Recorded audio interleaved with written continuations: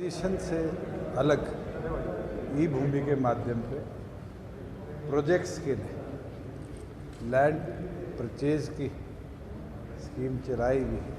उसके अंदर 9 एजेंडाज आज थे।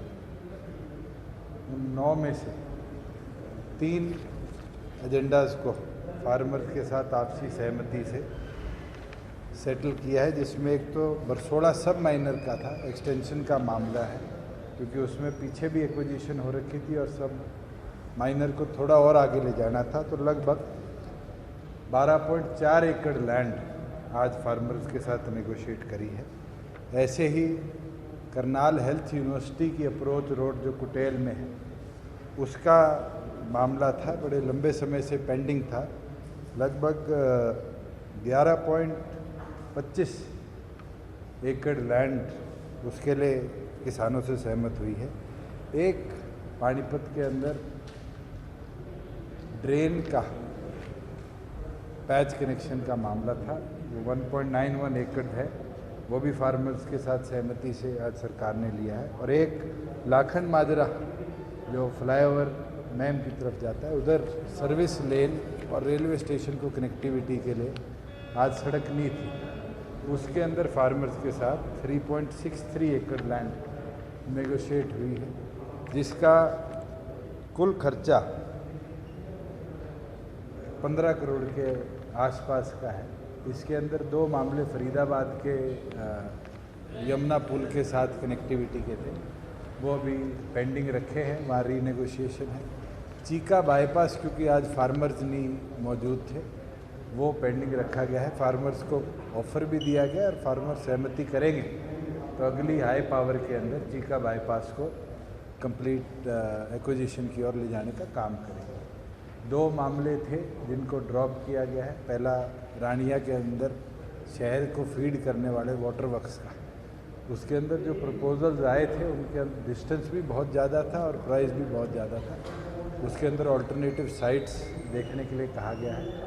और एक और प्रोजेक्ट था जिसकी अब वायबिलिटी नहीं बनती, इसलिए उसको ड्रॉप कर दिया गया, गुड़गांव का, जिसके अंदर एक गांव से दूसरे गांव को लैंड कनेक्ट करने का था। वहाँ ऑल्टरनेटिव सड़कें बन चुकी है, इसलिए उस प्रोजेक्ट को आज ड्रॉप किया गया। साथ में ग्राम दर्शन पोर्टल का आज लॉन्च हुआ, जिसके अंदर हर ग्राम नागरिक को आज ये सुविधा दे दी गई है कि वो अपने पब्लिक रिप्रेजेंटेटिव को बाया पोर्टल अपने गांव की डिमांड्स किसी भी डिपार्टमेंट संबंधित हो वो दे सकता है।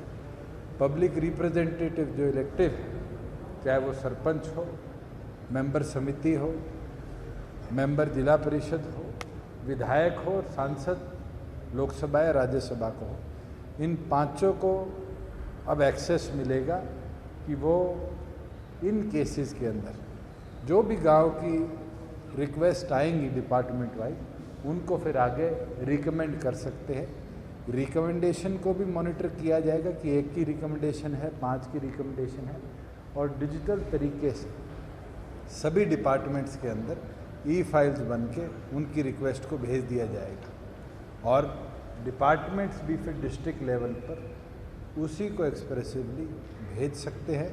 और गांव के जो एस्टिमेट्स बनने हैं, कोई फिजिबल नॉट फिजिबल प्रोजेक्ट्स हैं, उसकी भी जानकारी हर नागरिक को ऑनलाइन उस पोर्टल पर मिलेगी। अगर कोई भी डिमांड एक 6 महीने के समय तक किसी द्वारा भी रिकमेंड नहीं की जाती इलेक्टेड रिप्रेजेंटेटिव द्वारा, तो फिर उसको ड्रॉप करा जाएगा।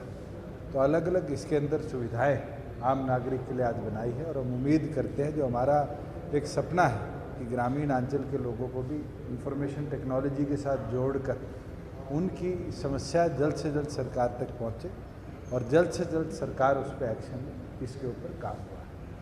फाइनली आज सुबह हमारी जो Haryana enterprise and employment policy का बोर्ड है, उसकी बैठक थी, और उस बैठक के अंदर हमारे पास 4 मेजर एजेंडाज थे। एक एजेंडा पिछली मीटिंग का प्रोसेस को अप्रूव करना, दूसरा महत्वपूर्ण एजेंडा था कि हरियाणा के अंदर JBM नामक एक कंपनी है वो इलेक्ट्रिक बसेस का अपना असेंबली यूनिट लगा रही है, उनको आज बोर्ड ने अप्रूवल दिया है और बेनिफिट दिए जाएंगे। उसके साथ साथ एक एनरिच एग्रो है, जिनका टेन्योर प्रिक्योरमेंट का जो पिछली पॉलिसी में अप्रूवल था वो ख़त्म हो रहा था, उनको एक्सटेंशन 1 साल की दी गई है। और फाइनली एक GLS पॉलीफिल्म्स बनाएंगी जो मेजर काम एक्सपोर्ट ओरिएंटेड रहेगा, उसको भी इस पॉलिसी का बेनिफिट दिया गया है। और इसके अंदर वेरिएशन है, क्योंकि जो GLS का प्रोजेक्ट है वो लगभग 600 करोड़ और 625 करोड़ के लगभग का है। जो JBM का प्रोजेक्ट है ये लगभग 80 एकड़ में वो पलवल के अंदर प्लांट लगाएंगे, और ये प्लांट की आज के दिन जो कीमत बताई जा रही है वो अप्रॉक्सीमेटली आप मान के चलो 657 करोड़ की होगी। और जो पॉलीफिल्म्स का प्लांट है वो क्योंकि हमारे D ब्लॉक में लगा कि इसमें बेनिफिशियल दुगने दिए जाएंगे। सभी लोगों को 10 साल तक पैन हरियाणा जो हमने 75% का हमारा वादा है उसको देखते हुए 48,000 रुपीज़ अगर कोई भी हरियाणा के एम्प्लॉयज़ को रखता है पॉलिसी के अकॉर्डिंग एक परसेंटाइल के ऊपर, 10 साल तक उसका बेनिफिट दिया जाएगा। बायलॉज कब तक बनेंगे सर? 75% वापस मैं नेक्स्ट मंथ के अंदर हम उम्मीद रखते हैं इसको हम रिलीज़ करें। कोविड करके इसको हमने इंडस्ट्री की डिमांड को देखते हुए डेफर किया। सर आज पंजाब में कांग्रेस के पंजाब में ही बैठने वाले थे, लेकिन हमने उनको सूझबूझ के साथ वहाँ रेफर कर दिया, एक तरह से वहाँ बैठा बीजेपी के सामने खड़ा कर दिया, उनको केंद्र सरकार के सामने खड़ा कर दिया। चलो ये तो फिर तो ये बड़ी ये तो हमारी कही भी बात सत्य बन गई कि अब ये आंदोलन किसानों का नहीं, राजनीतिक लोगों का है। और जिस तरह से इसको प्रेरित किया गया है, जिस तरह की गतिविधियां दिन प्रतिदिन मिलती है, मैं तो बारी बारी कहता हूँ इन आंदोलन को शुरू करने के 3 एजेंडा थे। मंडी बंद हो जाएगी, MSP खत्म हो जाएगी, किसान की ज़मीन पे कब्जा हो जाएगा। आप में से आधे कृषि क्षेत्र संबंधित परिवारों से आते हैं, मुझे बताइए MSP मिला हर किसान को पूरा मिला, खाते में मिला। और इंडियन हिस्ट्री में पहली बार है कि 100% किसान के खाते में पैसा अगर किसी ने दिया तो हरियाणा सरकार ने दिया, और मजबूरी वर्ष हरियाणा को देखते हुए पंजाब सरकार ने दिया। अगर मंडियों की बात करें तो मंडियां हमारी पीछे साल के गेहूं सीजन में जहां कोविड के बावजूद भी इतनी बेहतर तरीके से चली, इस बार उससे कम समय में उन्हीं मंडियों ने पिछली बार से भी ज़्यादा गेहूं प्रोक्योर करने का काम किया। ना आड़ती की आड़त मरी, ना उसके लिफ्टिंग के चार्जेस में। और तीसरी चीज़, किसान की ज़मीन पे कब्जा हो जाएगा। मैं तो आपसे पूछता हूँ, कोई 1 इंच किसी किसान की ज़मीन पे कब्जा हुआ तो कोई बताने का काम करे? केवल मात्र बहकाने का काम किया गया था, और ये कांग्रेस का एक प्रोपोगेटेड एजेंडा था जिसको आज देश देख रहा है। आने वाले समय में बताइए। सर जी, फोन टेपिंग के मामले को लेकर जिस तरीके से कांग्रेस के नेता सड़क पर उतरे हुए, लोकसभा के मानसून सत्र में कांग्रेस ने जो विरोध किया, जो ये फोन टेपिंग या फिर जो स्पाई कैम का जो मामला, मैंने तो अगर सबसे पहले किसी के शासन में फोन टेपिंग शब्द सुना था तो कांग्रेस के शासन में सुना था, जब न्यूक्लियर डील के ऊपर चर्चा आई थी। तो आज वो लोग इस तरह की बातें करते हैं, ये तो अपने आप चोर की दाढ़ी में तिनका दिखता है। दूसरा जी, आपने कहा कि राजनीति हो रही है किसान आंदोलन के नाम पर।